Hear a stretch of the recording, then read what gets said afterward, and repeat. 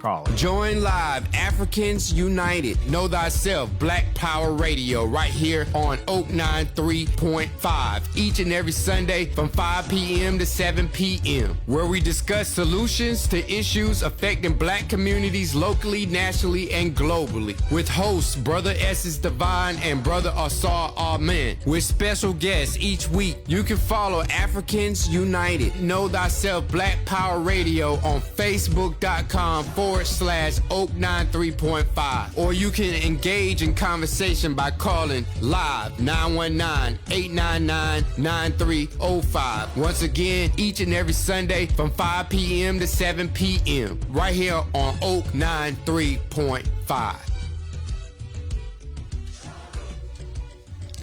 Peace to the elders, the ancestral giants. Peace to the kings and queens and royal families all over. Peace to you, brothers and sisters. You're tuned into Africans United, Know Thyself Black Power Radio, where ancient wisdom meets modern truth, and we speak directly to the souls of the people. This is more than a conversation. This is elevation. The mission is empowerment, cultural awakening, and grassroots truth-telling. I'm your host, Essence Divine. Before I introduce my co-hosts, and while we wait on our special guest, I'll give you a small sample of some work that I've done. I was a significantly active member of a group called Truth. That's the Righteous United Through Harmony. We did numerous type of work. We did some work such as governing our own neighborhoods during the spike in police brutality from 2010 to 2014. And as of this day, I'm very active with KCSSU. Where we educate and mentor the youth of our community. And speaking of which, KCSSU stands for Comedic Cultural Science System of Unity.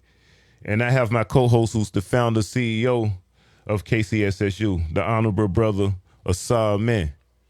Anakasar, a BB for Hodier, African liberation, black liberation, African power, black power. For every black man, woman, and child on the planet. We are the original people. I am the original man. I am a son of Africa. Peace to the brothers out there and peace to the sisters. Yes, peace, brother. Like I said, we waiting on our special guest to show up. But while we wait, brother, could you give me a little insight on KCSSU? Yes. KCSSU, which stands for Comedic Cultural Science and System of Unity, I came up with the idea while I was incarcerated in federal prison for possession of a firearm charge. I had a 10-year sentence. I ended up doing 9 years and 2 months. And when I was in there, I had a conversation with a brother, my next door neighbor. More was like a confrontation. And he was asking me, why don't I do something that's going to really benefit myself and my family? And I was like, I do what I want. And so that night I thought about it. So the next day I went to him. I asked the brother, I said, he had told me, he had recommended a book for me to read, The Miseducation of the Negro, as opposed to just playing board games and going to the rec yard watching basketball. So when I thought about it that night, I said the brother was right. So the next morning, I asked him the name of the book, and he said The Miseducation of the Negro. And I went and got that book, and it was very inspiring, to make me want to change my consciousness because I understood that I had been miseducated, as a black man. And so after that book, I went and got The Message to the Black Man by the Most Honorable Elijah Muhammad.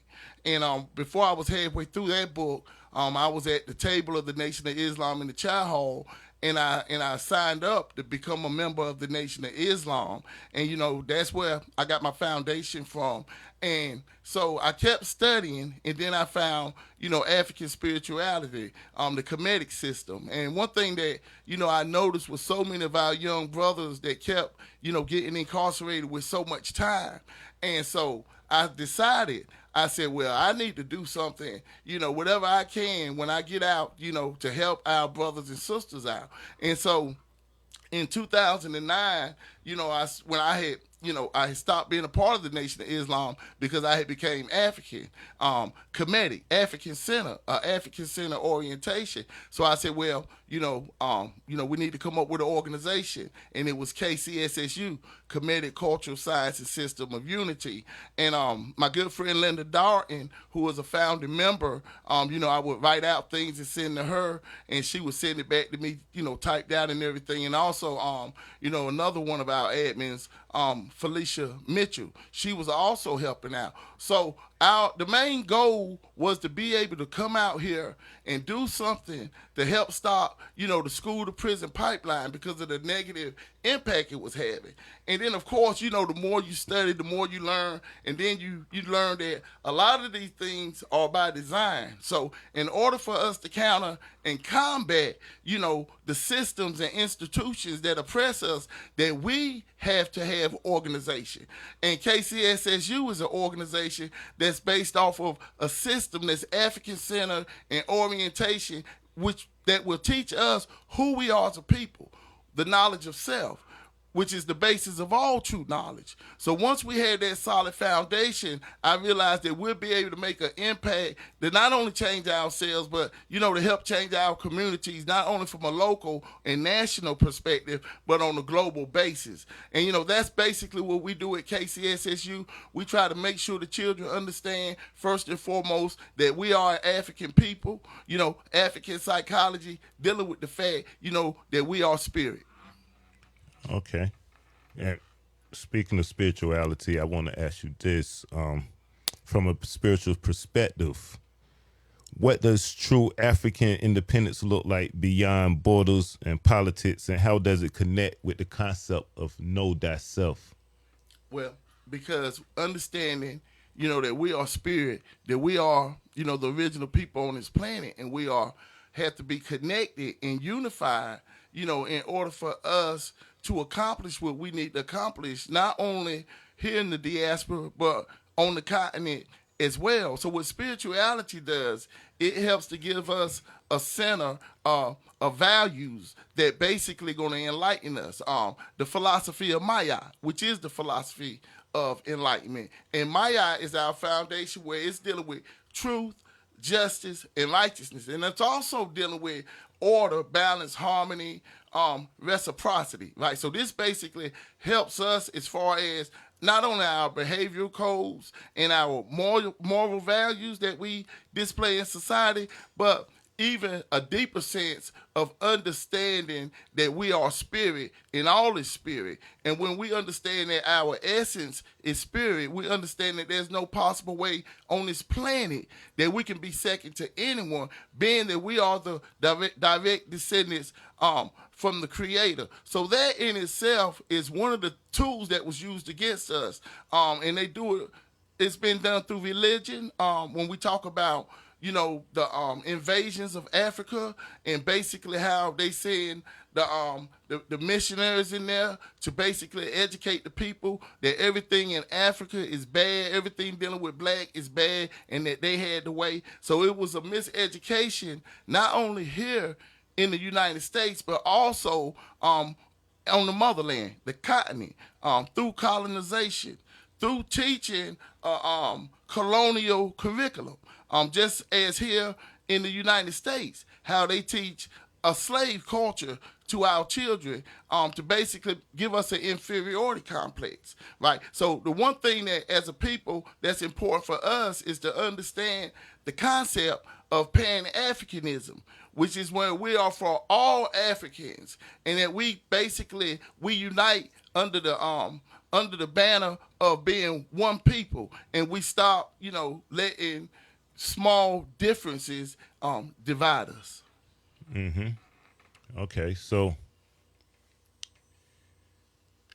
how can this African spiritual tradition, or that's rooted in our ancestral wisdom, how can that guide us toward unity or self-determination in this modern world now? Yes, that's a really good question, because it teaches us about the oneness. It teaches us about the oneness through our creation stories, how everything basically comes from nothing or thought, or as we talk about, nebuture, which is transcendental consciousness, right? And then basically from nebuture to Amen, which is the hidden spirit, and then to Ra, which is basically the subconscious, or the basically the dream state, and then Ptah. So you got Nebuchadnezzar, Amen Ra Ptah, which is one of our creation stories, and Ptah being the physical manifestation, right? So when we basically start delving into our spiritual essence of who we are in creation, because this is also dealing with the thought process. When we talk about the waking state, the way we think, right? The dream state, the subconscious, and the Amen state, the hidden state, the unconscious, right? And that's what we're trying to become. Unconscious in the sense where we live Maya on a day-to-day basis without even having to think about it. One example I like to use is like in basketball, if somebody just shooting, everything they shooting is going in, they say he's unconscious. He's doing it without thinking. And that's the level of consciousness that we have to reach, wherein we're fighting for our liberation and independence and understanding the value of unity through our spiritual systems, which teach us to unify and work together. In each one of the schools, basically the Trinity was dealing with man, woman, child, or father, mother, child, right? Showing the connection of the female principle, the male principle, and the unifying knot, which is the future generations, which are our children. Okay. Like the Ankh. Yes, indeed. Symbolizes, yeah. Yes. Quick pause, brothers and sisters out there. We have our guests walking in now. Good afternoon. Good afternoon, Brother Matt. How are you? Fine.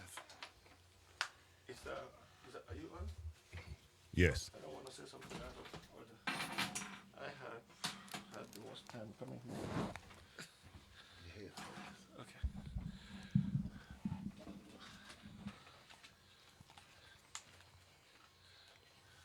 And yes, sir.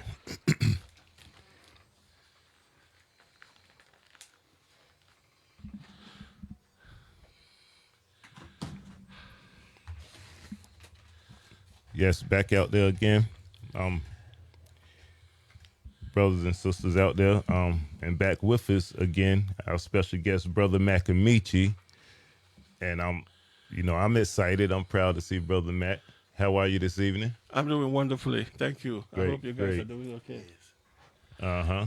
And I know you're just walking through the door. I know you're still getting yourself squared away. Do you want to give the people a little bit about yourself again, or give a quick Well, briefing? I want to thank the audience. I want to thank you guys, the presenters, and I'm very happy to be here again. And I am happy that we are going to give you the best show that we can. Yes, sir. Awesome. The topic today is visions of African independence and global power. And like I just mentioned, I have my brother Amaechi with us, and co-hosting brother Amen. And brother Matt, we'll get right into it. So the United Nations was formed in 1945 after World War II by European nations that sought to rebuild Europe through uniting and targeting Africa for its valuable minerals. The resources they found there to fund their rebuilding project. They also formed other international agencies like IMF, the World Bank, so that they could control the global economy. Brother Matt, what is your position on the United Nations? Well, the United Nations is a controversial organization. Okay. In my opinion, it is a controversial organization. For the European, it serves some very important use for them.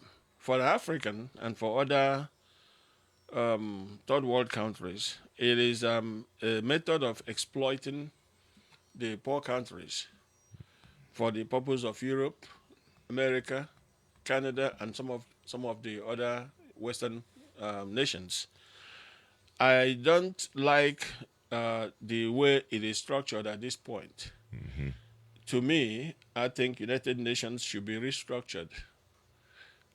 It has to be more inclusive because right now it doesn't serve the interests of African continent as a whole. Most of what comes into the United Nations is from Africa, but what Africa is getting is nothing basically. So, to me, I think it should be restructured with Africa in mind and other third world countries also in mind, not just Europe and America. Giving back peanuts, pennies on the dollar. Correct. Correct. So the African Union has limited power in Africa and the world. Many say the meetings are basically talk shows, bulldogs with no bite. You know, a toothless bulldog was stated by former ambassador of the African Union in the United States, Dr. Arikana Chihambari Quo. I probably chopped the name up, butchered it quite a bit, but Don't worry, that's you're very good. You're very close. okay.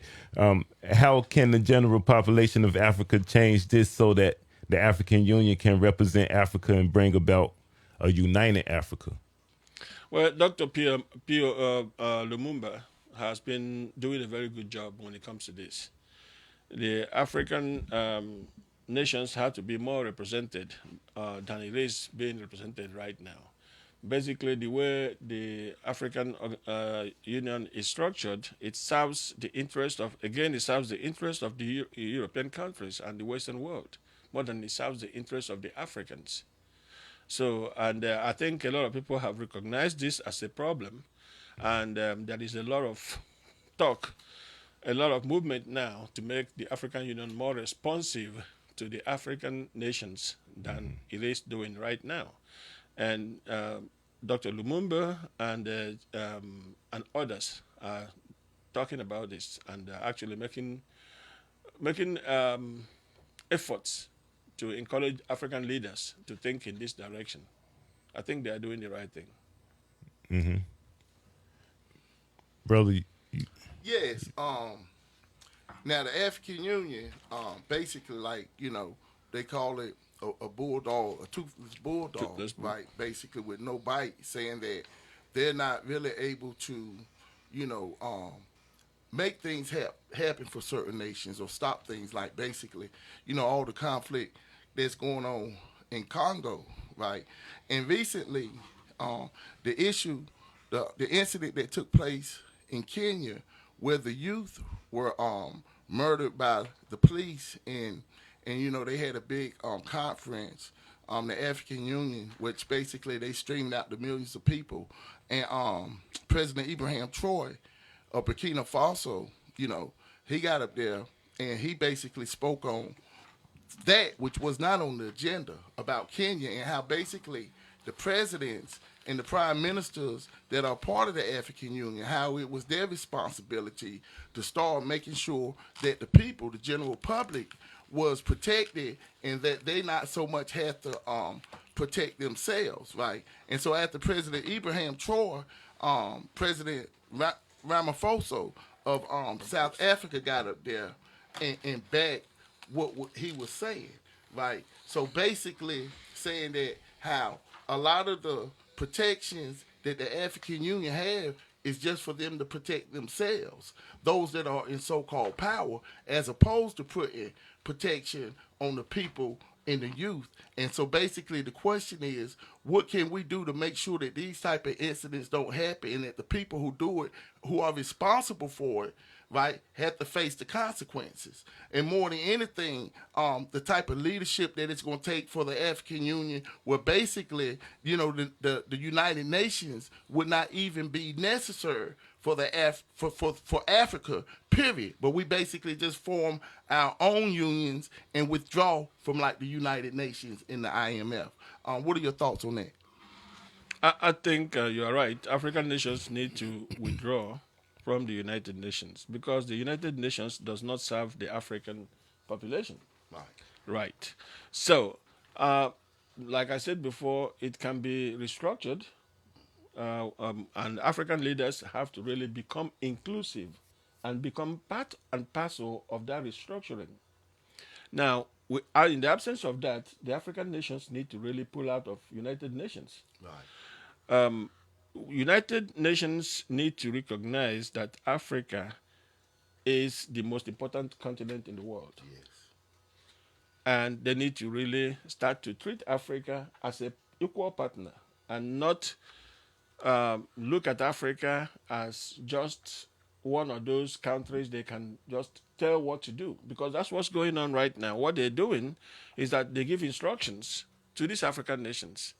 Somewhere IMF does when they give African nations loans as a way for them to improve their economies. These loans come with certain criteria and requirements, and it doesn't do the purpose. It doesn't help the African economies grow. What it does is that it puts more burden on the governments and the African people. Kind of makes poverty even worse than it is when they get the loan. So you get a loan to improve your economy, and yet the people get poorer and the economy gets worse because of the requirements that is put on those loans. Let's look at United Nations in those terms. They make African countries go through these loopholes to meet those requirements that they attach to all these policies, and that those policies don't make Africa better; they make Africa worse. So what these leaders need to do is to really pull out, if they can get these European countries to really think in terms of making Africa an equal partner, or they can fight for restructuring. Either way. Yeah, I know. A couple weeks when you was with us a couple weeks ago, you was talking a little bit about this, like the economy that's going on. But they over there. They're taking the resources, the minerals and stuff from out of the country, and they're giving and then selling it back to them basically, and without their best interests in mind. But that's true. Right. Yeah, so that Africa, basically Africa is the one continent where everything is there. Every mineral resource you want to have in this world is right there in Africa. Africa is the one continent that don't need to import anything, Right. because everything is there. Right. Now, what these European countries does is that they come in there, they tap these mineral resources, they take it raw out of Africa. Right. They go back to their own nations, they refine it. It creates jobs in their own countries. It improves their economy. It strengthens their currency. And when they return it back to Africa, they sell it to African nations at exorbitant prices, so that these African countries are actually struggling to pay for something that was taken out of Africa, basically. Yeah. You can think about those in terms of oil, in terms of mineral resources like chromium and other things that they use to make phones and even nuclear bombs and all those things. They all come from Africa. Yes. But they buy these things for pennies. They go back and they refine it. Let's look at military wares. They take those things. They make aeroplanes. They make communication equipments. They make drones out of those. They make telephones. Yeah. They sell it back to Africa. And you know how much an iPhone costs. So Yeah. the ordinary African cannot afford to buy it. But the stuff that was used to make it, they took it from Africa for pennies. Right out of the dirt. Yes. And that's got to stop. Before, African nations need to start thinking in terms of how to use their own mineral resources, refine it, and sell it to the final users, instead of having these European countries buy it and refine it and then sell it back to us. They need to. That's a new way of thinking, and I believe that's what Ibrahim Traore is talking about. Pardon to cut you off. Yo, Yes. thought off short. We have a phone call. Okay. See if I can get this here.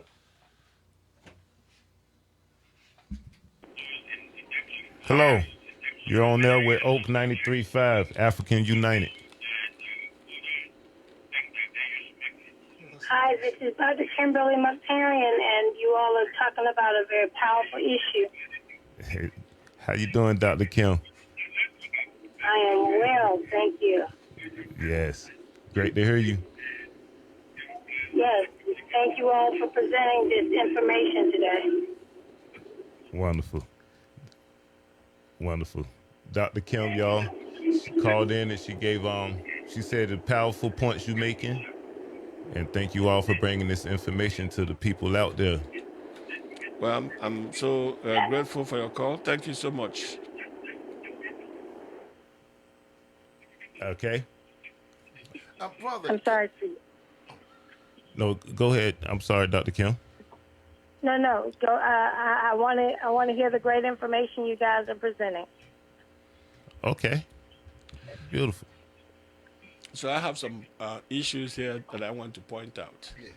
yes. Some of those is that this is how I think Africa can get better at what it's trying to accomplish. Right now, what Africa is trying to accomplish is to become self-sufficient. African countries need to grow their own food Yes.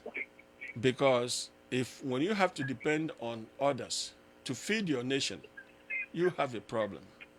So African nations need to really think in terms of being self-sufficient when it comes to food production. African countries need to have financial sovereignty. They cannot continue to depend on IMF because IMF doesn't work in the interest of African nations. African nations need to have economic sovereignty. They have to plan their own economies and not have to depend and wait for IMF to tell them when to increase the interest rates on on their currencies and stuff like that. African countries need to be united. We need unity in Africa.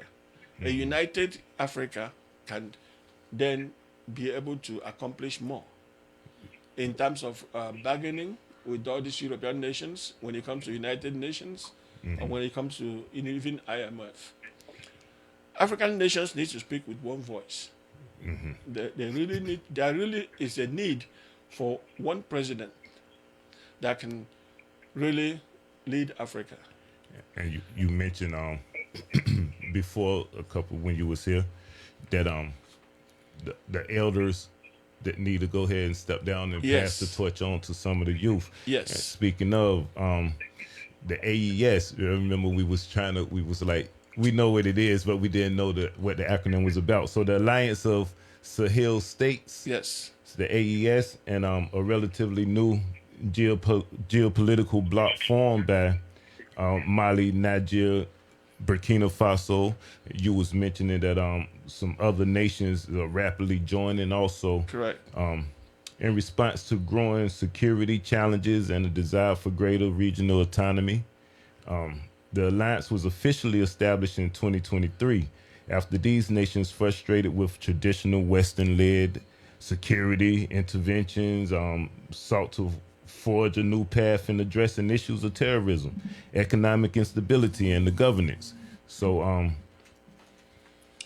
President Ibrahim Traore, along with the president of Niger, I might chop this up also, General Abdurrahim, Okay. and the Mali president Assimi Goita Yes. of the Sahel region have formed the AES. Can you share the significance of this collaboration? Well, yes. When we spoke last time, we knew what AES stands for when it comes to Organization of Sahel States. But we are talking about AES, and if you look at Association of Sahel States, it's not AES, it's ASS. ASS. So what we were trying to find out was the meaning of the AES, which I said was French. Right. And because of that, I couldn't remember right then what it meant, and I still don't remember what it meant. But I know it's an organization between the Sahel states. Yes. Now, on coming here today, I realized that even Egypt has signed on.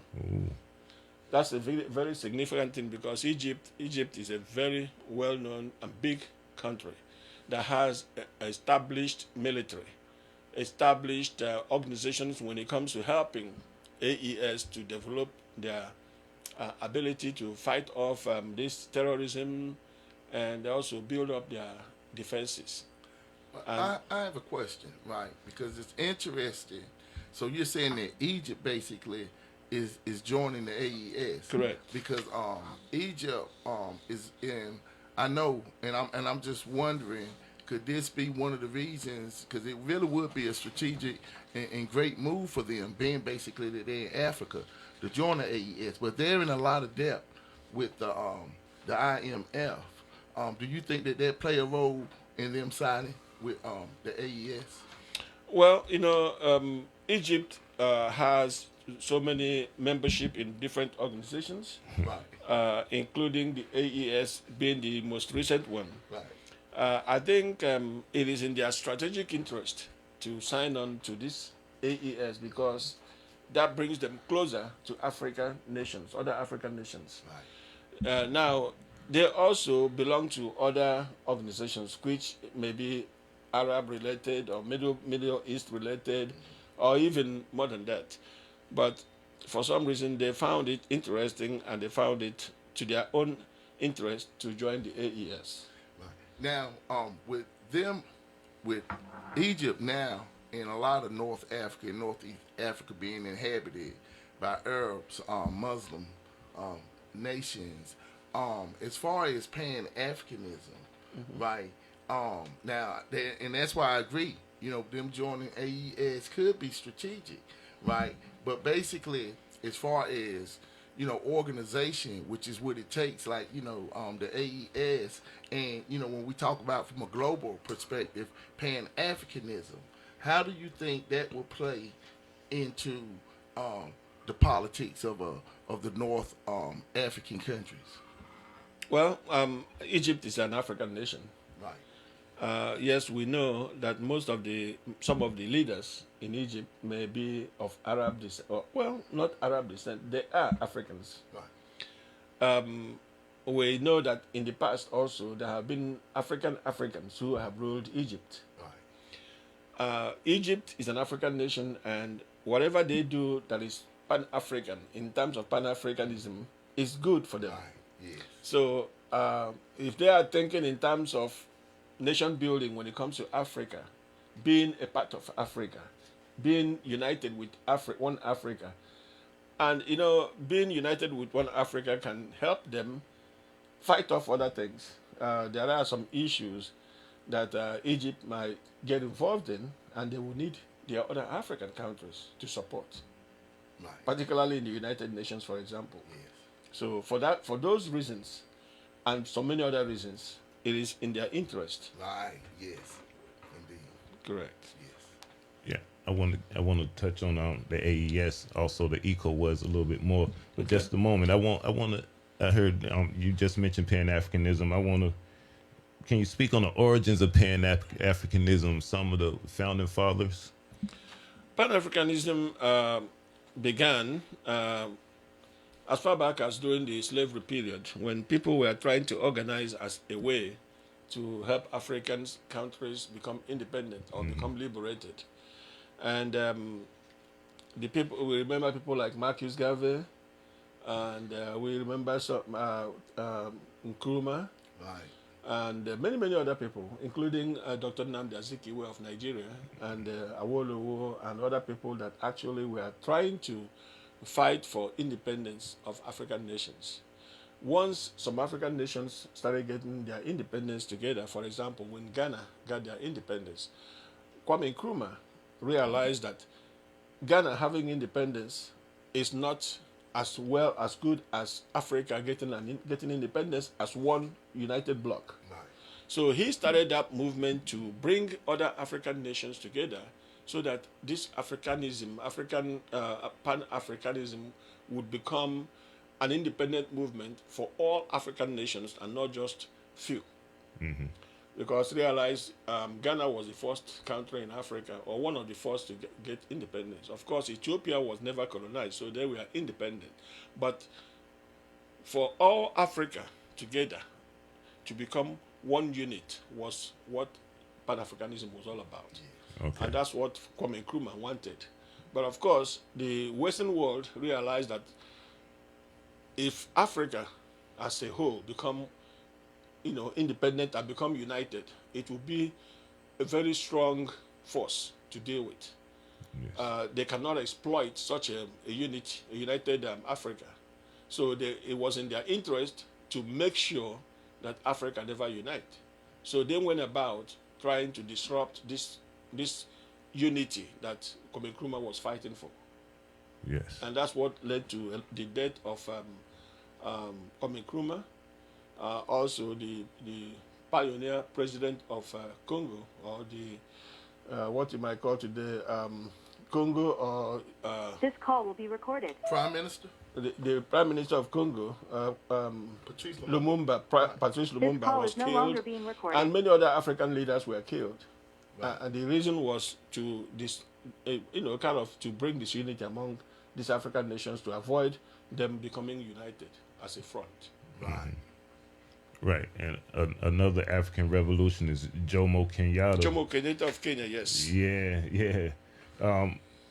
Who were the Mau Mau, and what was their mission? Well, like we're talking about the African countries fighting for independence. Mau Mau was an organization in Kenya that was trying to help Kenya gain independence.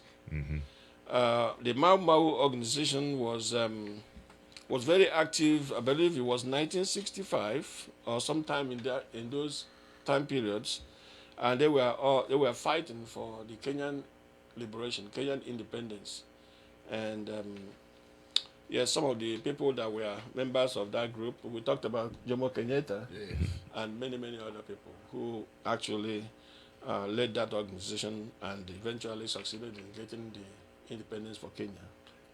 Yeah. I think it's important to point out they would try and fight for independence from the British, basically, and so that they would be able to get their land back. Really, they was fighting for land, and they basically, I know they did a lot of warfare at nighttime, and they took oaths, they took blood oaths. So it was a serious rebellion and revolution when we talk about the Mau Mau. And we've had other revolutionists in Africa, like the Maji Maji from 1905 to 1907. And this took place where they now call it Tanzania, right? And this is important because over between 100,000 and 250,000 people, were murdered because, what they were fighting was the German.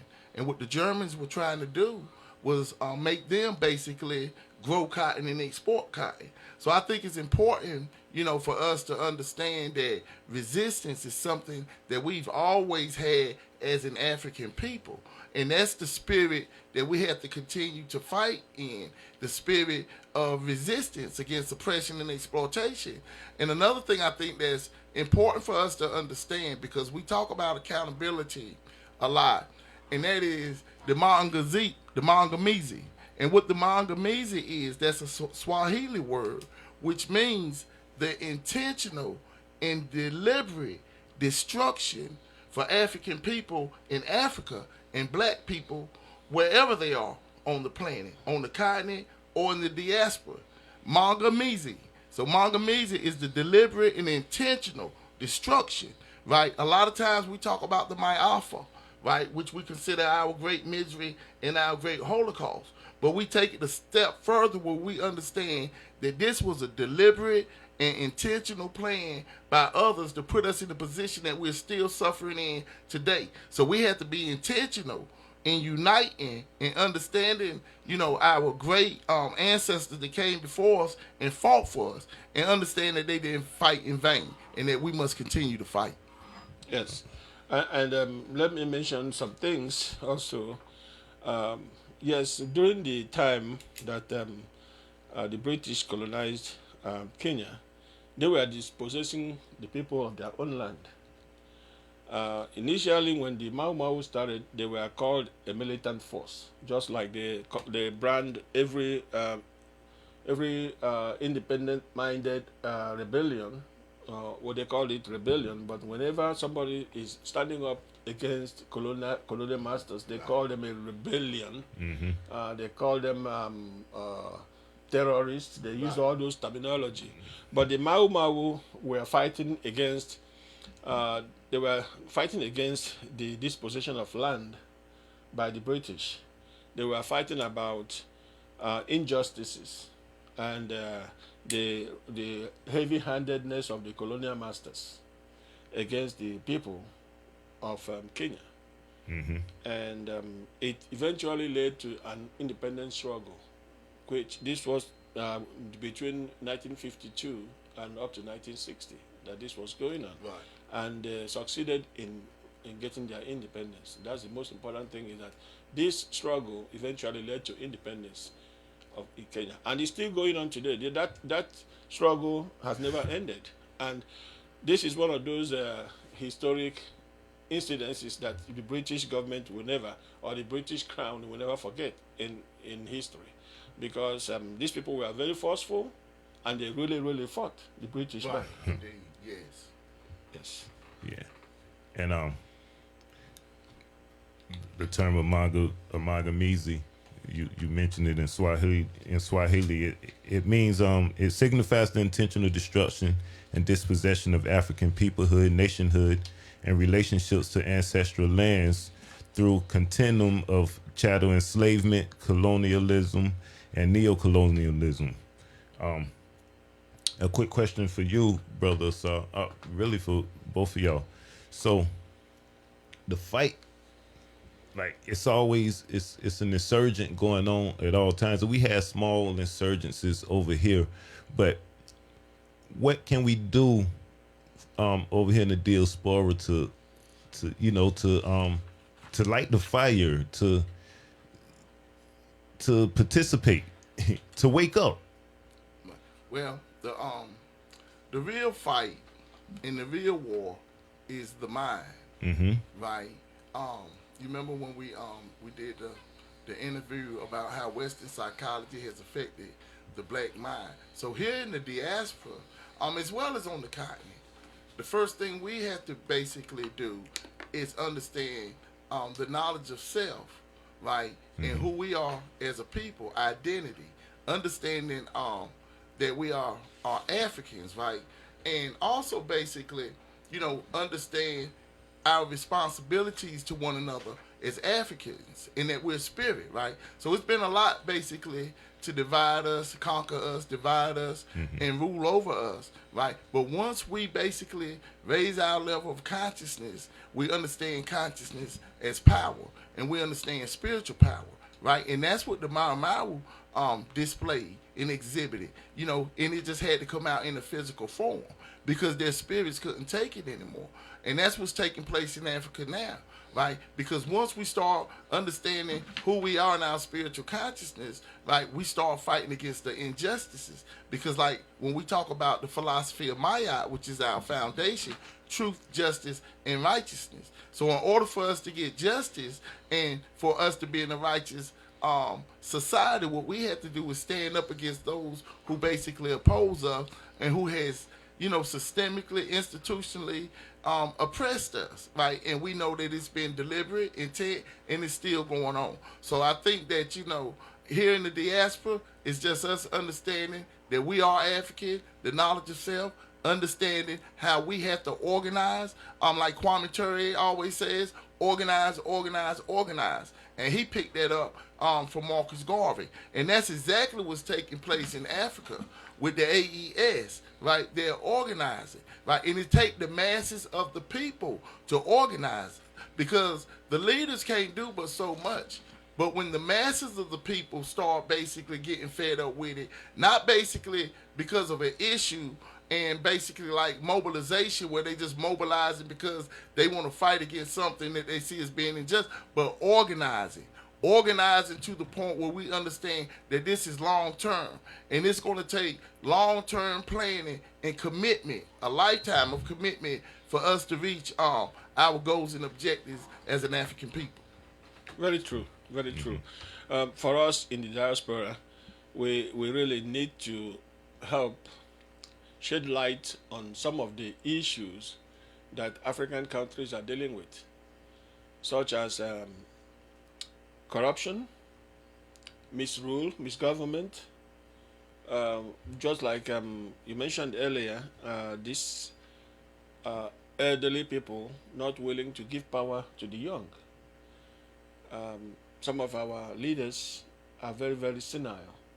I don't know if you know what I mean by senile. Yes. Some of them are very, very senile, and they just want to die in office for some reason. We need young bloods. We need people who are of this age, not of the previous age, Right. to rule these countries. We need to speak up about IMF and the influence and the power they have over African nations. We need to speak about the United Nations. We need to speak up. We need to let the world hear and know the difficulties African nations are having. It is only when we shed the light worldwide, then our voice will be heard. Right. Some of these African nations are basically, just like I said earlier, some of our leaders are very senile. They are not even doing the good fight. So, and that being the case, the people like us in the diaspora need to really speak for Africa. We need to encourage the people in Africa to speak up against corruption, against misrule, against election misrules. Some of these nations, when the elections are done, one person is elected, but because of corruption, another person is declared the president. And this thing has taken roots in Africa, particularly in Nigeria, where I come from. So people of diaspora need to really shed the light. So people need to really be outraged. Yes. The people will vote for who they want to rule them, and then their vote is taken away, and they are giving the president that rules is not what the people want. And the fact that there is so much militarism in Africa, that is not good for the population. We also need to talk about economics. Africans in the diaspora and black people in the diaspora need to start investing in Africa. Yeah.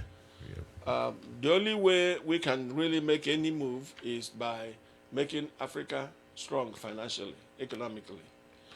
The only reason some of us in the diaspora don't get any respect at all is because there is no African country that you can point to and say, if you do this thing to this black guy here, this country will say, we're going to do this, just like America will do. But when you do that, nobody will pay attention to you because there is no African country that is being respected today. So we have to really build Africa to a point where when Africa speaks, or when a country in Africa speaks for the black man anywhere in the world, that somebody will listen. Yeah. That is our responsibility. We have to really lead that fight. Right. We need to help develop leaders in Africa. We need to help develop these countries, and we need to help to develop our economies and financial security in Africa, so that we can have some kind of respect. Right. Can I add something about that? What we can do in the diaspora? Okay. Right, and this is something that my Jagna was going over with me last week, right, my mentor, and that is, for our children here in the United States, not only to learn about Africa, and communicate, but go to Africa, right, and go there with a purpose to do like you just was speaking on, develop Africa. Yes. With our basically skills, technological skills, scientific skills. And it's just like when they talk about the brain drain out of Africa, how the best minds out of Africa are being recruited in Europe and China, in the United States. But for us to focus our attention, right, to developing and building Africa, right, so that we will have power as a people. Yes, definitely. And that you spoke what I wanted to say, but you spoke it in a better way than I did. So thank you. Basically, what you said is what I'm trying to say, is that we need to help Africa find its way in the world today. We can do that in so many ways. There are so many countries in Africa that have some potentials. And sometimes the problem is leadership, Right. and we need to really raise our voices about that. When we see election malpractices in Africa, we need to speak up. When we see people being abused for speaking up for what is right, we need to really lend our voices. Yeah. And that this is the only way some of these presidents or some of these leaders can actually realize what they are doing. When the whole world, when the people in the diaspora speak and say we are against this, then Right. they will kind of withdraw their steps. Yeah. That is very, very important. And we got to get the people in the diaspora to understand that they are African. Yes. Yes, yes, exactly that mindset. We need to develop that mindset because no matter where you come from, as long as you're a black man, you are an African. And there is no other way to think about it, really. Brother, before you ask the next question, I got a question, right? Because, me basically, since I've been, studying about the last 19 years and, accepted my true origin as being an African, I put that before anything.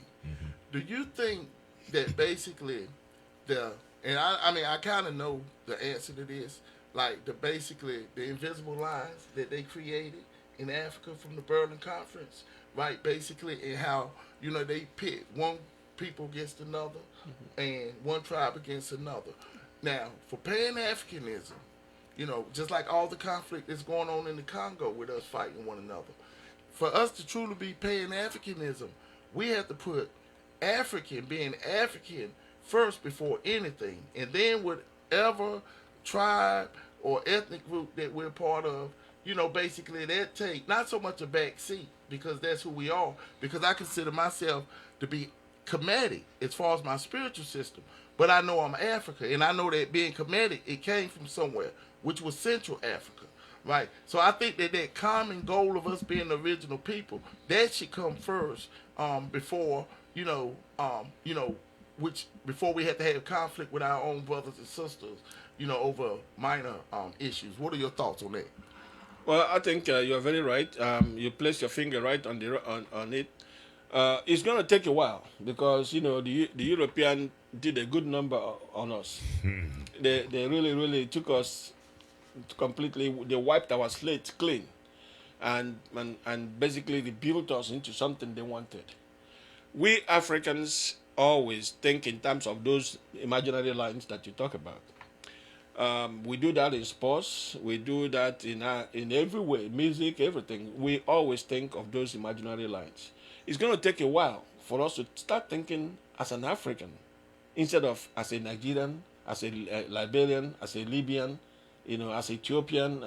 These things would happen, but we have to really work hard at it to make it possible. And it's possible. It can be possible, but we have to really work at it, and it's gonna take a while. Yeah, these concepts and ideals of the United States of Africa is not a new idea. It's been there since the 60s or earlier than that. Right, and some of the earlier proponents were Pan Africanists. Correct. Yeah. Just expound on that a little more. Yeah, I mean the people that led the fight for independence in Africa, majority of them were Pan-Africanists. They wanted Africa that speaks one voice. They wanted Africa that had one central bank. They wanted Africa that actually had what you might call, well, I mentioned before that Africa that has one president, one voice, Right. one central bank, one military. Those kind of things were what they wanted, but they never could achieve it because there were some invisible forces that were fighting them against that. Right. Most of that came from Europe. France specifically wanted to control those African nations that they call Francophone countries, and they would not let those countries become part of this larger Africa that we're talking about. Same thing with the British Empire. They had their own colonies, so they wanted to maintain and assert that, what should I call it, the stronghold that they held on these countries. They didn't want to give it up. Even when some of these countries gained independence, they used indirect rule to continue to hold on to power in those countries. And that is still going on till today. If you want to have an example, Nigeria became independent since 1960. But until today, the British, the Italians, the French, and even Canada still mined all the resources that is in Africa until today. If you want to hear the names of some of the countries that are mining oil in Nigeria, for example, you see British oil, or what they call BP, British Petroleum. Yeah. You hear things like ELF, which is Italian. You hear German, they call it Schlumberger. There are all these foreign companies that are there in Nigeria mining the oil, polluting the environment and refusing to clean up, and in paying bribe to the leaders to take care of anybody who says no, you can't do this. For example, Kensaro Wiwa was protesting the oil spills in his part of Nigeria, and also he was insisting that the oil that was being mined from his neighborhood. So they thought they deserved to have some kind of say-so as to how the money is spent. And of course he was hung, killed, and his body was dissolved in acid, just like Patrice Lumumba. You see, these people, they have a way of killing you and making you invisible so that nobody can remember you. Because if you are buried in a proper place, people will go there and pay pilgrimage and say, this is where Kensaro Wiwa was buried. But when they dissolve you in acid, there is no trace of you anywhere. Right. And this is what they do. Right. And this is to teach other people a lesson. Hey, don't try telling the British petroleum that you want a part of their profit, because this is what's going to happen to you if you try that nonsense. And I feel like that's why, for one, the African Union, basically, which I think took the place of the Organization of African Union, the OAU. The African Union has to get strong. And that's why I was really happy to see President Ibrahim Traore get up there and say that the people have got to be protected, right? Because if the people are protected, it's going to make the people stronger. Yes. And the stronger the people are, the stronger Africa is going to be. Exactly. So I think that it's important, that the African Union might have some restructuring to do. As far and I know Dr. Arkana Tilbor Quo, she's basically standing up strong, her and PLO Lumumba, yes. In speaking about the responsibilities of the presidents of Africa, because with the resources that's being drilled out of Nigeria, the oil for all them foreign entities, if we get stronger as a people, and as a union, and basically get out of their international organizations like the United Nations, and then we'll be able to control our own resources. But it's going to take strong leadership for one, but also it's going to take a consciousness from the people to get fed up with, and I think that's exactly what's taking place in Africa today. Yeah, Very true. Yeah, PLO Lumumba said that 1 out of every 5 Africans are Nigerians, and he feels that Nigeria could be a strong force in the movement. So anyway, the ECOWAS, which is Economic Community of West African States, and it is a regional intergovernmental organization established to promote economic integration, cooperation, and development among its member states in West Africa. ECOWAS aims to foster collective self-sufficiency and create a large trading bloc through economic cooperation. The AES represents a bold attempt to reclaim agency over the security and economic futures. As the AES gains momentum and popular support, Nigeria must monitor these developments closely, recognizing both the potential threats and opportunities that arise from this regional shift. Whether through diplomatic engagement, economic partnership, or strategic security collaborations, Nigeria's response to the AES will shape its role in West African geopolitics for years to come. Patrice Lumumba of Congo was brutally murdered in 1961. What were his political strategies that made the West see him as such a threat? And the second part to the question, how is his murder still impacting Congo today? Very, very excellent question. Before you ask those questions, you went through some very, very important facts, and I'm very happy you did. But the question you asked, to be specific about Patrice Lumumba, his murder set Congo back 100 years. Congo has never recovered. Could you repeat that? I'm sorry. His murder Yes. set Congo back 100 years. Okay. Since he was murdered, since he was killed, Congo has never recovered. If you remember, he was the first president of Congo after independence. He wanted, like we mentioned before, he was a Pan-Africanist. He wanted what's best for his country. He rejected indirect rule, if you know what I mean by indirect rule, where a country supposedly has independence, but most of the decisions are being made by your colonial masters. You are being ruled indirectly. It's like what we call I don't want to use those terms because it may not be everything that I want you to include in this. Basically, the president is a figurehead. The real power resides in the colonial master's hands. But you are being seen as the president of your country. Yeah. Patrice Lumumba did not want that. And that was number one reason why he was killed. And whenever you are a leader in your country and you want to represent your country, just like Ibrahim Traore is doing today. Yes. That's what he was then. He wanted to, have his country be responsible for their mineral resources, manage their own economy, and stuff like that. And they would not want him to do that. They wanted him to do as we tell you. Yes. And so when he refused, he became an enemy. And so usually when they do these things, they get one person from your country who they can use against you, who can represent what they want, and they use that person, they finance it, they provide the finances, they provide even the training, they provide the support groups that would eventually help you to topple the government, and then they put you in power. And that's what happened to Patrice Lumumba.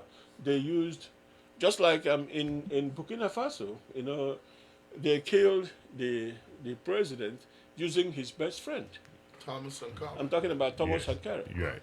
So that's what they've been doing in Africa for years. And that's what they did in Congo in those days. And then the person they installed after Patrice Lumumba ruled the country for over 30 years. And even after he was killed, or he died, his son took over. Yeah. So it became a family affair. And these are some of the things we should discourage. These are the things we need to speak up against. Yeah. When I was talking about the diaspora speaking up against some of these stupid practices that is going on in Africa, where somebody goes into power and wants to stay there until the day he dies. And after he dies, he wants his family to continue.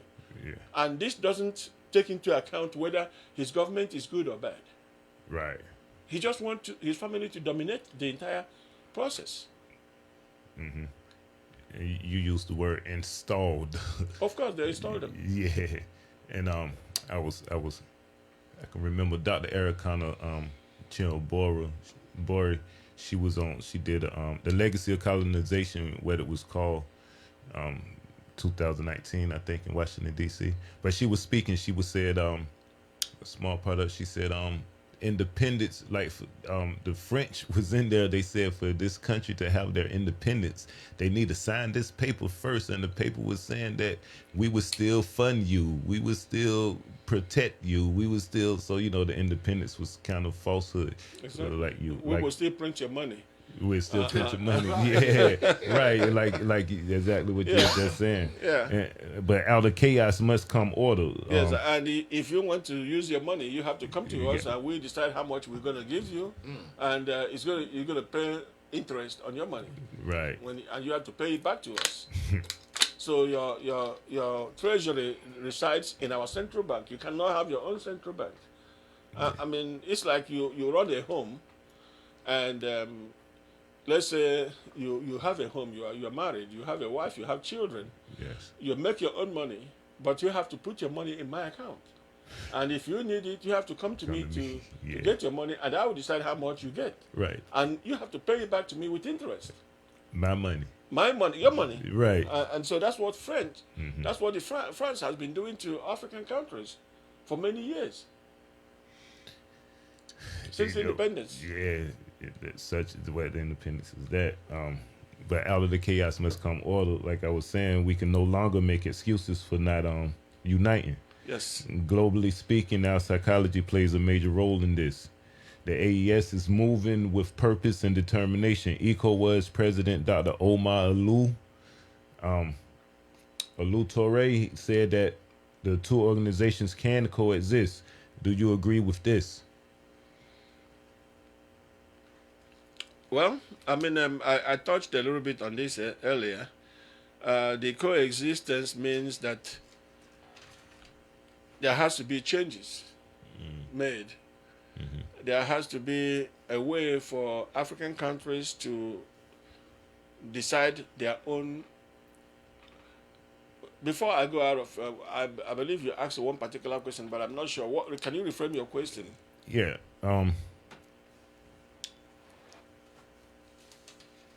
Sorry. Okay. I was saying that our psychology plays a major role in this.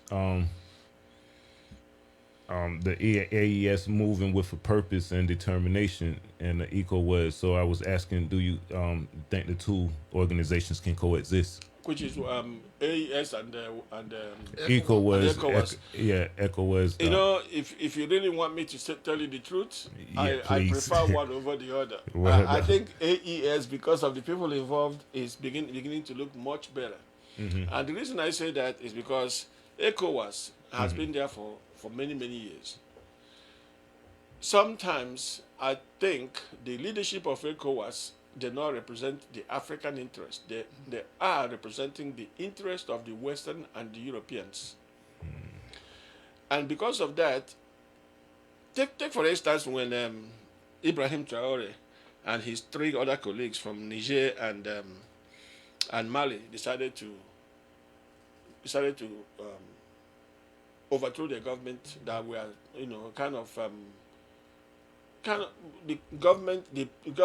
the presidents of these countries were so attached to France. They were taking orders from France. They were basically representing France more than they were representing their own country. These leaders thought that this was not good for their country, and they took over. Instead of ECOWAS leaders being supportive, they actually started working for the colonial master, France. I remember there were being threats given to them to return back to ECOWAS, to put back the presidents that were removed back into power, because that's what France wanted. So I think that those leaders did not see the suffering of their people, did not see those things that Ibrahim Traore and these other two presidents saw that made them decide that enough is enough from France. Now, since they made that move, other countries have done the same thing, realizing that France is not good for them, and they sent them packing. And ECOWAS has not apologized for the misstatements and the mismoves they made. They continue to wallow in that idiosyncrasy. I think they really owe an apology to those three people that led this AES movement. And the fact that Ibrahim Traore, in 2 years of being the president of Burkina Faso, has done so much, has accomplished so much in his country, shows that he was right when he made that move of removing that president.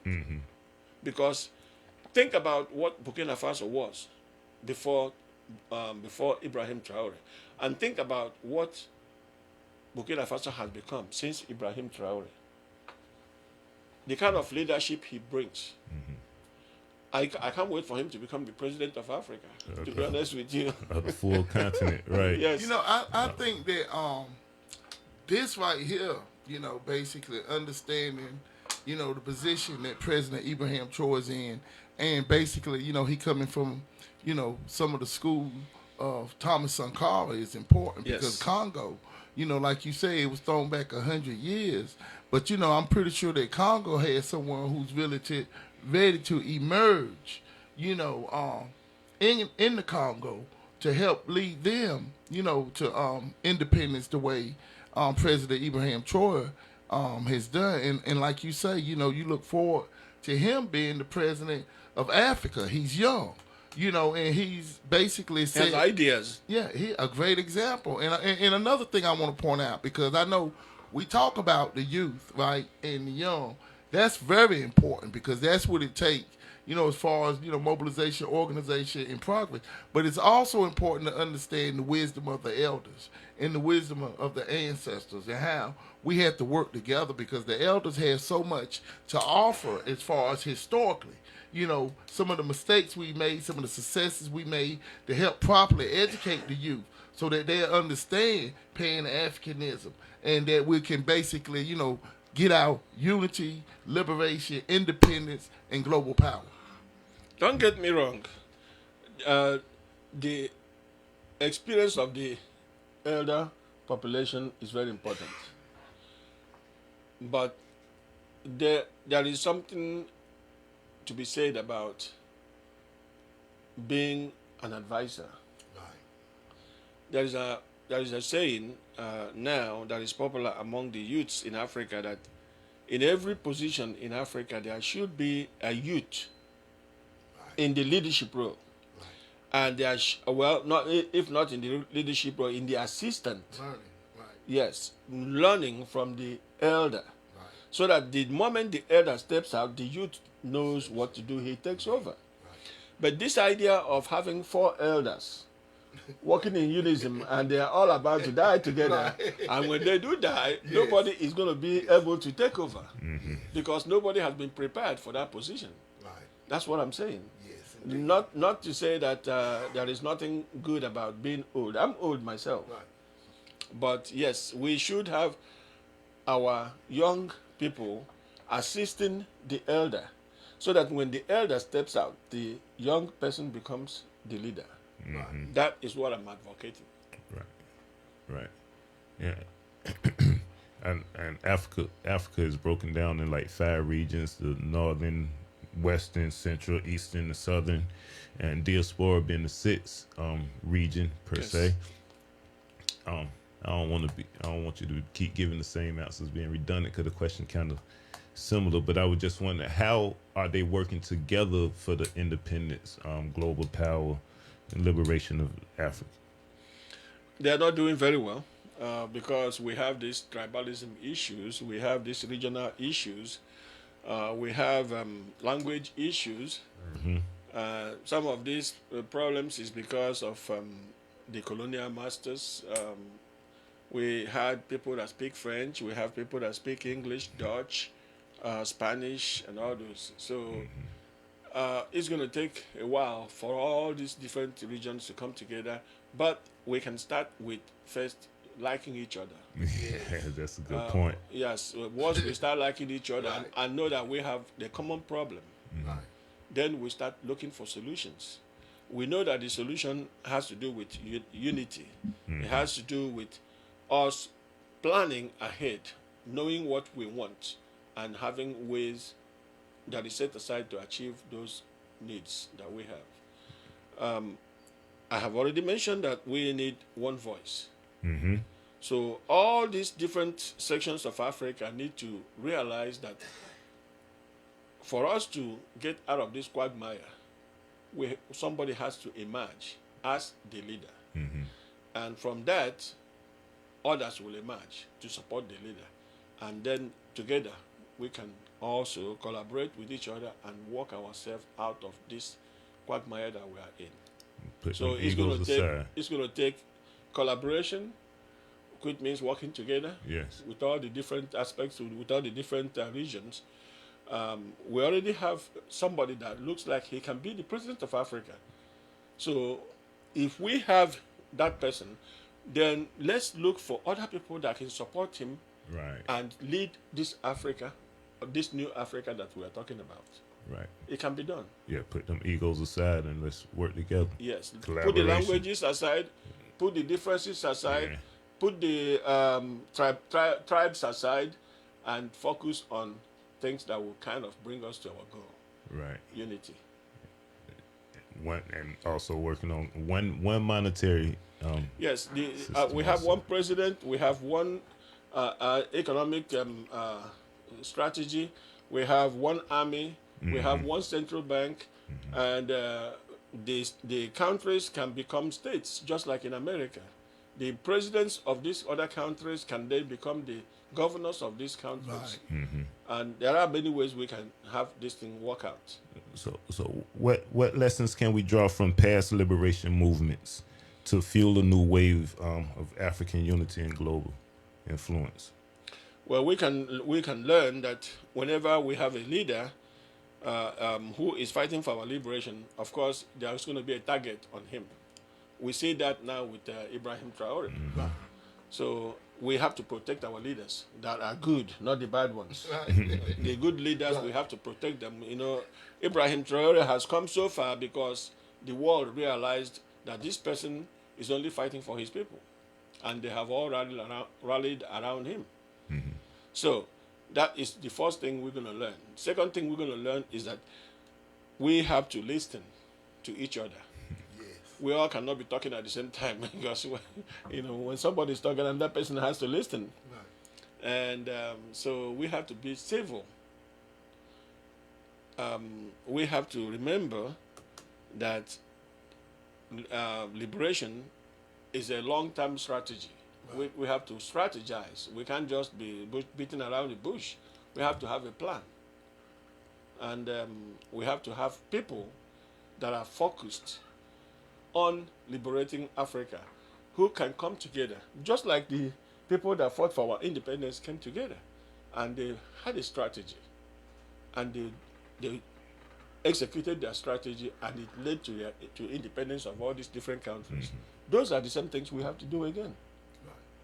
Our liberation automatically leads to African power, because we'll be in control, you know, of our own resources and minerals and our own governments and everything, right? And we won't have, you know, the hand of oppression upon us, basically where it's intentional and deliberate. I think that, you know, when we take that into account, we realize why we've been in such a struggle.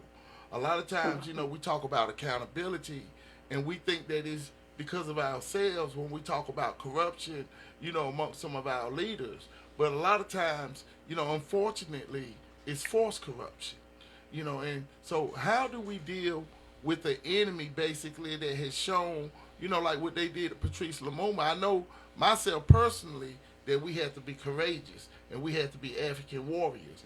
And like you say, we have to put protection on one another, put protection on our leaders, put protection on our communities, right?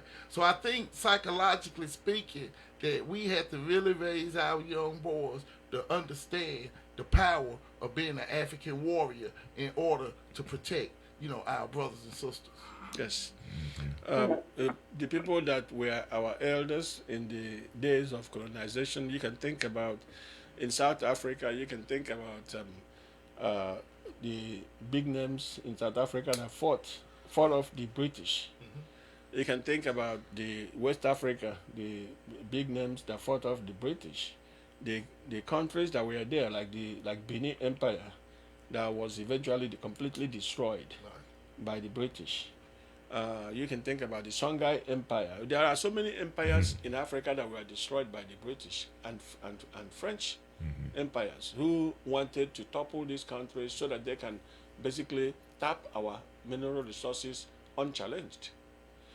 When you are fighting this kind of, when you are fighting this kind of outside forces that come in to try to take over your resources, you have to be very careful, because these people sometimes they are very well armed, they have the resources to fight, and sometimes you don't. Yeah. That's where strategizing is very, very important. Unity is very important. Yeah. Hello. So yeah. Hello. Oh, hold on. Yes. Hello, Dr. Kim. Yes, sir. Hi. Thank you all so far for what you all have said thus far. I think these are some very powerful takeaways. I wanted to ask the question when I hear you talk about the more so the invasion of these countries into places of Africa. Pretty much given it the terminology of occupy. So once they come in, then they divide the country, they divide or disrupt the leadership, and they purchase or they obtain leadership that weakens the defense of each country, which are more like, and I always go back to this, war strategies. Have any of the countries that we speak of now, as far as the African diaspora as a whole, have we entertained or acknowledged the fact that these are war crimes against these countries? And bringing Germany, Portugal, all of these, U.S., China, whomever, considering bringing these countries, not just kicking them out, but holding them accountable for war crimes, because that's basically what they've done. Is they've invaded, they've infiltrated, they've disrupted and continued to keep many of the countries unstable, where they couldn't be self-sufficient. Right. And they had to rely upon them for protection and food, and such things that they probably would not have needed had they not been invaded or infiltrated. Has that come up in conversation when we talk about ways that we can protect or at least defend what was ours from the beginning? Yeah, go for it. Yes. Thank you for that question. This is the most brilliant question I can think of. And the framing is fantastic. Yes. Bless you. People have spoken up about the anomalies that you mentioned. The only problem is this. If you go to the United Nations, there are only European countries that are members of the Security Council. Oh. So you can speak from now to high heavens. Unless they move, nothing happens. And there is no African country there. So then it's like the fox guarding the hen house. Exactly. So that's one. Okay. You know one thing. Hitler killed 4 million Jews, and you know what has happened since then. Jews got a homeland. So many countries are now supporting them, to make sure that they are secure, including America, Great Britain, France, Germany, and all the other ones, all the corporates, But Leopold killed over 12 million Jews. I mean, 12 million. Africans. Yeah, Congolese. Yes, The number can go as far as 16 million. And yet, his name never shows up on the radar when you talk about great murderers in the world today. Ooh. And so that will tell you that Africans are not considered human, because if they consider the Africans human, how can you kill 4 million people and everybody in the world knows what happened to the Jews? Yet, you kill almost 16 million Congolese. And nothing is said about it. It's not even in the history books. It's true. So this is what And in America, we didn't take down, we didn't even acknowledge that it actually happened until Correct. George Floyd, when they finally removed his statue. I remember when the argument came up on the radar after George Floyd about his statue still being posted up. Yes. So this is what we are dealing with. That's why we as black people all over the world, we have to start thinking as one. We have to start getting united. Because all till today, they have found ways to divide us, either by, they find all kinds of ways to divide us. Even in the continent of Africa, they find ways to divide us. And we know we are the same. We are one. We are one people. And we know how many of us were taken away as slaves. We know how many ended up in the oceans. We have an idea how many millions were killed on the way. We know how many were killed in the United States, for example, from working from our own hands, using Uncle Tom's to divide us, killing us when we do small things like we ate some food master didn't want us to eat. And so many things. So if nothing can bring us together, something like this can bring us together, that we are all one. It happened to our ancestors. It can happen to us if we don't do something now and make sure that this thing doesn't happen again, because we can become slaves again. Yes. We have to guard ourselves. We have to watch. We have to know our history. Yeah, I would like to add on to that question by Dr. Kim. It was a really good question, and basically, basically like when the show first started, and Brother Essence was breaking down the United Nations, right, and how it was formed in 1945 by the European countries to rebuild Europe after World War II, right? Basically, and the target, of course, was Africa, right, to rebuild Europe through the resources and minerals and exploitation of Africa and African people, right? And basically, like, they had the Security Council, which has 5 members on it that have full power to veto or basically do whatever it is they want to. And those 5 countries are the United States, France, Great Britain, and we've been hearing a lot about France and Great Britain today, the British, as far as all the atrocities that's going on in Africa. And then you got Russia and you have China, right? So basically to consider, bringing war crimes against these countries that sit on the Security Council is futile, right? So that's why what we have to understand, right? And that's why we had spoke earlier about the African countries, withdrawing from the United Nations and the IMF and basically becoming one nation, as Brother Matt talked about, with one currency, with the military of protection, and then that way we will be able to prevent war crimes happening against us. I think at the end of the day, that's why, I'm always talking about warriorhood, being an African warrior. We have to be able to stand up for ourselves and protect ourselves. And we can't use no excuses, because the same minerals that they use to make the nuclear weapons, uranium, they extract it from Africa, South Africa, and other countries.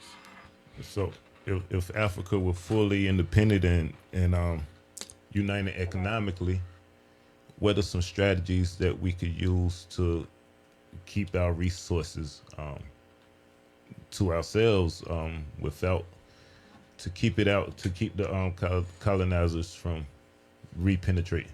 Yes, and let me mention one more thing. We also have to encourage our leaders to be conscious of our people. There is something that happened recently that I want to point out. When our leaders play subservient to the European leaders, they give away our resources. They get pennies in return, because what happens is that they get a house in France, one of the very nice areas. They get a couple of millions in their account, and they get to come back and forth. And because of that little change, they sell off their country. They give away our mineral resources. They give away other things. Last time we were here, I mentioned about how easily a European can come to Africa without even visa, Visas, right? and how difficult it is for an African to go to Europe. How long it takes for you to apply for visa, how much money it costs you, and how long you have to wait. A European can jump in a plane today and land in Nigeria and get in free. Then he can apply for visa when he lands. An African trying to get to Europe would have to apply 6 months in advance. In some cases, a year, 2 years. And that doesn't guarantee that you get a visa. You pay exorbitant fees for visa. And when you are turned down, your money is gone. You don't get your money back. Now, recently, something happened about this. Nigeria was, Trump has named 27 countries he wants to ban visa from. 27 countries that cannot come to America, that will not get visa to come to America. And among those 27 is Nigeria. I like what the president of Nigeria did. So what the president of Nigeria did is that he said, well, if you are going to ban us from coming to your country, we are going to ban you from receiving any of our mineral resources. Right. And right there, with that statement, Nigeria made $500 billion turnaround. Wow. Because now they're going to have to sell all those mineral resources to the highest bidder. And when that statement was made, all the uranium, all those mineral resources that are very much in demand, their prices tripled. And so Trump now sent some emissaries back to Nigeria to go and plead, to say, please, let's re-strategize. Let's talk about this. Right. But it's already too late. Right. You think in this arrogance that America is everything, that you wouldn't let Africans come to America, but you want to come and get our mineral resources for free? Okay, so if you want to play that way, we're going to play with you too. So now they have to meet Nigeria at the same level. Right. It's no more like a master and a servant kind of thing. We call the shot, you just have to take it. Right. We have the resources that they want. America likes nuclear weapons. Without our uranium, you can't build one. So why are you going to come and overlord over us? We ban you from getting uranium. And what happens to you? You cannot threaten Russia with your nuclear weapon anymore. You cannot threaten Burkina Faso with your nuclear weapon because you don't have it. You can't have it. Right. So that's what I think our leaders need to start realizing, that, look, we are sitting on the power. Don't give it away. Right. Use that power. Don't let somebody push you around. They push you, push them back. And we need to really espouse this. We need to make it well known to our leaders that this is the power they have. Some of them don't know. Some of them prefer those pennies they get from them and those houses they get in France. Yeah, I just wanted to mention that. Right. And Dr. Kim made a valid point also when she mentioned she was mentioning those different countries, for people to understand that the U.S. government is also a part of this colonization, colonialism that we're speaking upon. She named a few more, but I just wanted to make sure that everybody heard the U.S. part. So what does it mean to decolonize the mind, the African mind, and how critical is that step in any vision of true independence? Well, we need to start thinking independently.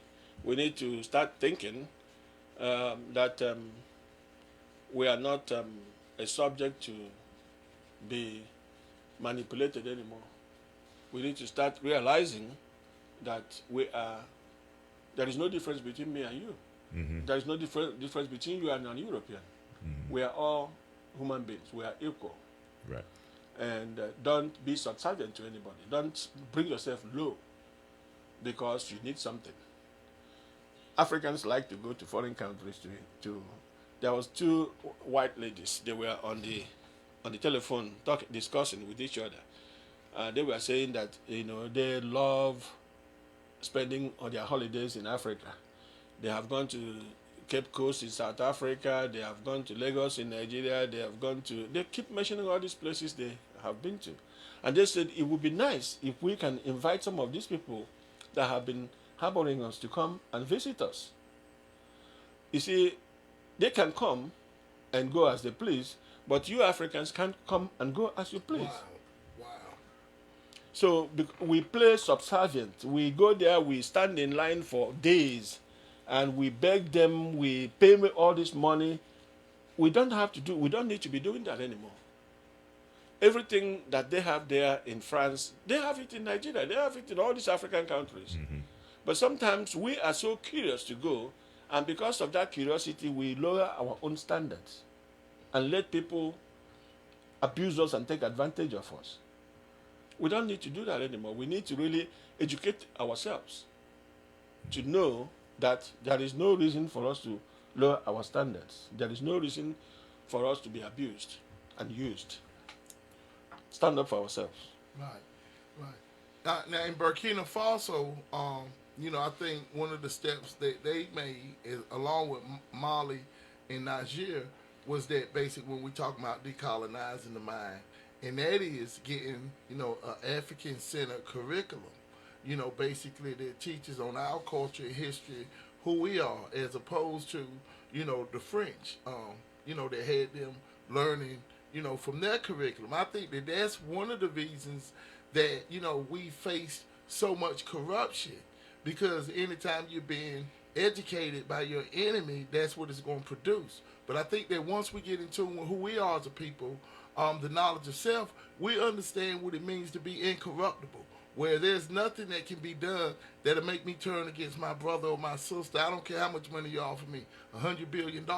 I think that's the type of mindset and psychology that we have to develop as a people, because consciousness is power. And once we're operating on the consciousness where we understand that we must not sell each other out for nothing, that we must unify, that's the only way we're going to get the liberation and power, that we deserve as a people. Very true. Well, we need to also look at getting ourselves not entangled anymore with the IMF. Right. Yes. With the United Nations, like we talked about. Right. We need to decolonize ourselves. By decolonizing means that we need to get ourselves away from that colonial mentality that sometimes clouds our judgment. Right. And I think you spoke very well about that. Our curriculums in school needs to be really updated, because until today, our curriculum is still the same things that the white people gave us when they left. Yes, we have brilliant students who learn how to retain information, regurgitate information. That's the British way of keeping you hand-tied. Right. You basically remember the how many legs a grasshopper has, and all those nonsense. But Right. you don't have the knowledge of some things that can set you free. Right. Exactly. So you know everything it takes to do this, do that, but you don't know what it takes to make a shovel. So by the time you graduate from school, you are very brilliant. You can pass every exam in the world, but you can't make a shovel to go to the backyard and plant a tree. So we have to decolonize ourselves. Our school systems have to start teaching people how to live, how to survive, how to make things, instead of how to remember things. Yes. That's the difference. Yeah. Now, can I because I want to make it clear that we're not just talking about the countries in Africa. We're talking about the diaspora too. Yes. When Black we're people. talking about the mindset, and when we're talking about the curriculum that we receive, right? And that's why at our organization, KCSSU, Committed Cultural Science and System of Unity, we teach the knowledge of self. And we let the children know straight up that what you're going to learn here when we have class, you're not going to learn in school. They're not going to teach you, because it's going to empower you. Because I think it's important to know that this educational system isn't set up for our success. They've been struggling with trying to educate us, and failing at it, and even failing themselves for hundreds of years, right? So basically, a lot of times it's not who's teaching, but what's being taught. And I think that's the most important thing, Yes. for us as African people, to do things that's going to be useful for us, beneficial for us, being able to grow our own foods, things of that nature, being able to take care of ourselves, and really, having the confidence to understand that we are not a subservient or subordinate people, but this is something that was intentionally done to us, planned for us, and we had to plan to get ourselves, out of this oppression and exploitation. And I know you said you was mentioning we need to break apart from the IMF. And the IMF is the International Monetary Funds, which was established in 1944, the Bretton Woods Conference in New Hampshire. The primary objective was for promoting global economic stability and prosperity. Ghana's currency, the SETI, is doing well in helping to boost their economy. It's doing so well that the IMF has basically accused the Ghanaian banks of fraud by putting money in their society. How you feel about the IMF thinking they have the authority to penalize and sanction the Ghanaian government? Well, I mean, that is part of what we've been talking about. When IMF gives African countries loans, they give you criteria to get that loan. And those criteria, sometimes they make requirements of you. Well, what happened in this case is that Ghana, in the past couple of months, have re-strategized their economy. And by so doing, the cedi is now trading better than the US dollars. And IMF doesn't like an African country to be able to boast that kind of economic stability. So they got upset and they start telling Ghana that they must have done something wrong. So as far as IMF is concerned, an African country cannot plan their economy so much so that it beats one of their own. You must have done something wrong. Right. So now they are looking to see what Ghana did to make them so good at planning their economy. So they start telling them how they're going to change things. They want them to remove the subsidies that they're putting into their economy. They're giving them standards, and Ghana refused. Right. And when Ghana refused, the IMF is very, very upset. They're not happy. Of course not. But this is what happens when you have to follow the rules of IMF. They don't want your economy to get better. Really, what they want to do is to control your economy. Right. And whenever an African country asserts their independence, they are doing something wrong, according to IMF. So that's what is playing out. And so now the economy in Ghana is booming. People are able to make more money and make a good living. Their economy is stable. Being stable means that their currency is strong. And that's what IMF doesn't like. And not only IMF, also the Western world doesn't like it. Right. Of course, IMF represents the Western world. Exactly. Yes. And I think it's important, as Brother Essence has stated about the Bretton Woods Conference in 1944, that was held in New Hampshire in the United States. And I also think it's important that because the SETI currency is outdoing the dollar bill, that the IMF headquarters is in Washington, D.C. Correct. So I think that those things are important, and that's why, they say that, the success, in order for the West to succeed, Africa has to fail. Correct. And that's why I think the intentionality and deliberate acts that they commit, we have to really look at that, and we have to be deliberate in our planning to make sure that once we, get them out of, Africa basically and control our own, economy and everything else, and then we'll know that we have to basically, wash our hands on them because everything they've done has been to destroy us. Yes, they are doing well economically. Depends on us doing badly economically. That's the way the strategy is, planned out. So when it turns the other way, when we are doing well, they are not doing well. When they are doing well, we are not doing well. Right. So when you flip it, when an African country becomes independent or asserts their sovereignty, they become the strategy becomes flipped. So their economy doesn't go well because our own is going well. And so who are you for you to have your economy going well and ours is going bad? Yeah. You must have to change it. Go ahead and change it. Do this, do that, change it. And when you say no, then they look at you with a frown. Right. So I think what Ghana did is perfect. One of the things that they are so afraid of is that if Ghana can do this, what stops Nigeria from doing it?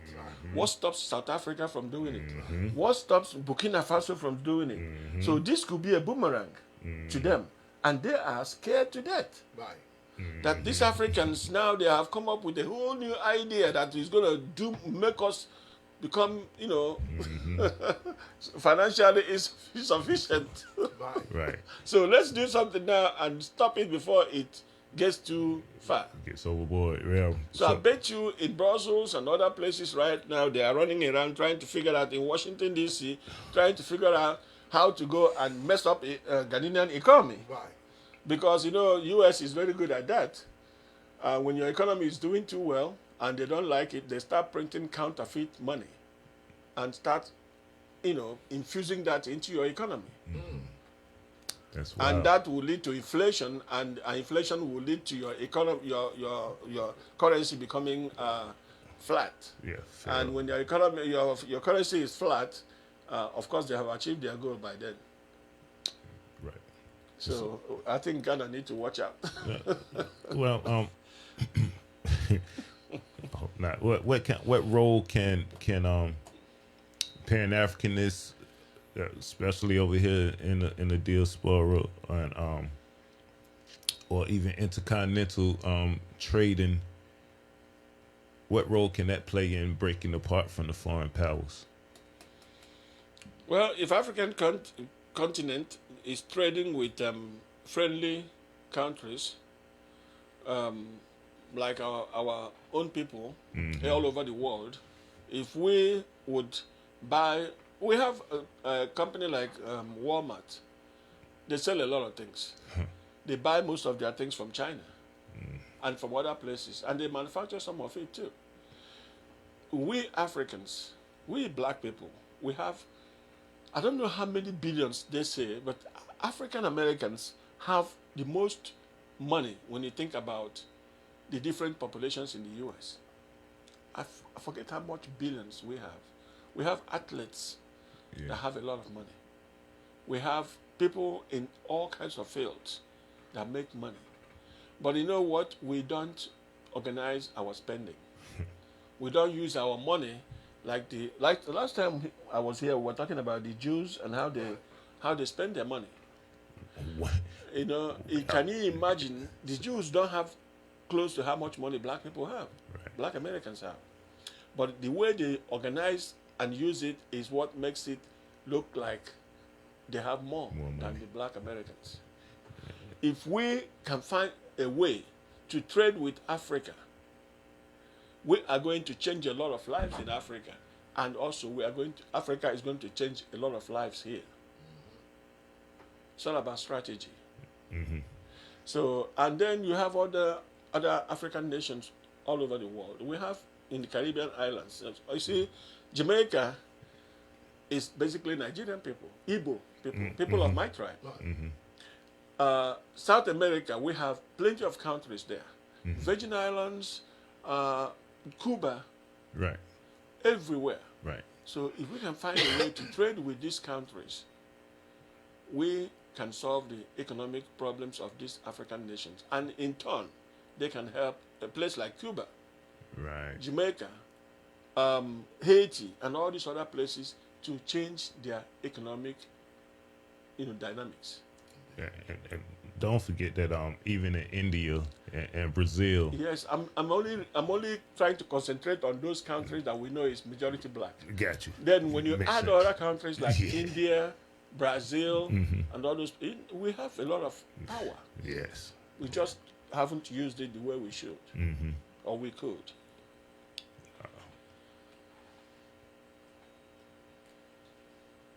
So, connecting with Dr. Ericana Chiambori Quo and PLO Lumumba is what I would like for us to do. Their message and mission are powerful. How can we in the diaspora help African attain its goals as outlined by those two revolutionists? I believe we are already doing it.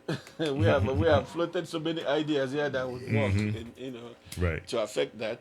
But yes, we are happy that people like PLO Lumumba and Dr. Ericana are alive and they are well and they are preaching and they are talking and they are changing lives. They are changing minds. So we need to encourage them to keep doing what they are doing. They need to go to more places in Africa and talk about their ideas. They need to come to more channels and speak about their ideas. Because the more they speak about their ideas, the more people will hear it and the more they will convince more people. Right.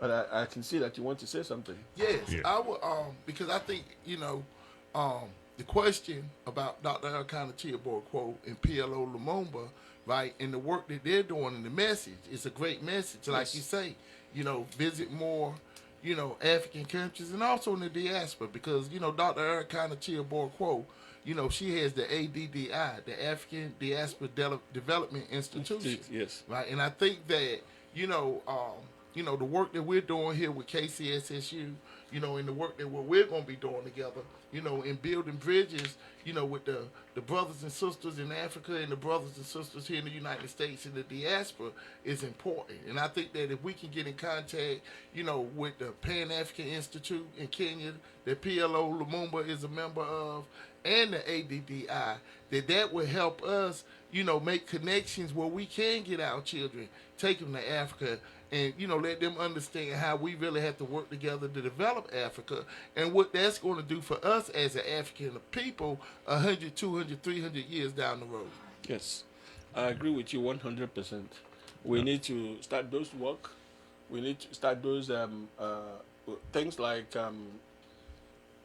different ways of bringing African people here and bringing Black American, and African Americans to Africa to learn so that we can start to speak to each other, start to learn different things from each other, and start sharing ideas that would eventually revolutionize who we are. Yeah, I think that's Because a there very are so pertinent many point. things we can learn from Africa, Yes. and there are so many things Africa can learn from us.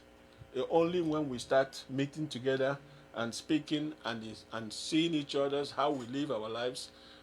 Some people went to Jamaica and they did a research, and this research is very simple research. They wanted to see the relationship between African food preparation and Jamaican food preparation to see if there is anything that links Africans to Jamaicans. You know what they found out? People of my tribe cook just like a Jamaican. We use the same ingredients. Yeah. We plant our gardens in the backyard like we do, the same kind of crops.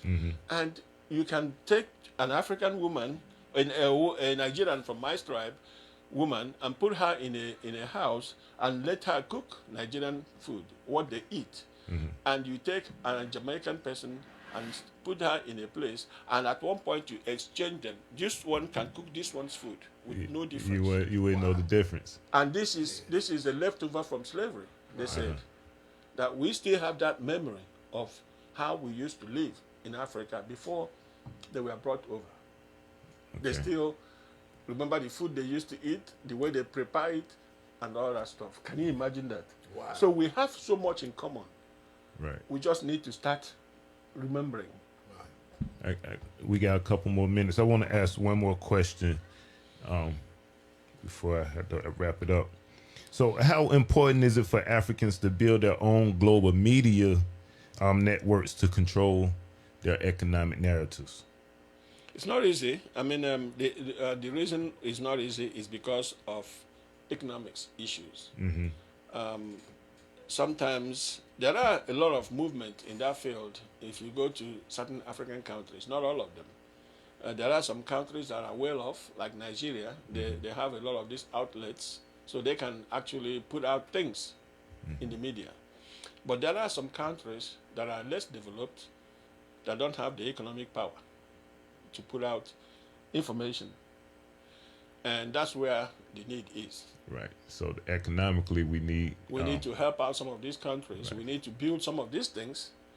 If we have a radio station and we can have another one in Nigeria and we can interlink them together, maybe not Nigeria, because Nigeria may have plenty. I'm not saying that they don't need anything. They need some things. Right. But there are some countries, smaller countries that don't have, for example, Sierra Leone, Liberia, and other countries. Togo, smaller countries. We can have these radio stations that can broadcast. And maybe there is not enough radio stations there. We can try to get 2 or 1 established in different places and link them, and the information can get out. And they can also learn from the information they are receiving from this radio station here. Right. So very important to have those social media, those media outlets. Media outlets are very important, yes, because that's the means of communication, and that's what sends out the message that people will receive that transforms lives. Yes. It starts from talk. Yes. Well, you want to add on to that, brother? We have And I'd just like to thank the brother, for coming again. I'm pretty sure that he'll be joining us again with all his knowledge and wisdom, on Africa and the diaspora. We really do appreciate you coming, brother. Thank you. Yes. Thank you. Thank you for inviting me. I truly appreciate you guys, and I love what you're doing here. This is helping, in no small ways to uplift our people. And I have to encourage you guys to continue doing what you're doing. You are wonderful. Thank you. I thank you. And I'd like to say thanks also. It's a enjoyment for me every time. I'd like to thank Dr. Kim for calling in and delivering some great questions also. Of course, my co-host riding with me all the time. And until next time, know thyself, love your people, and walk in Black Power. This is Africans United, Know Thyself Black Power Radio, where Black consciousness is not just talked about, it's lived. Remember, proper education always corrects error. Peace.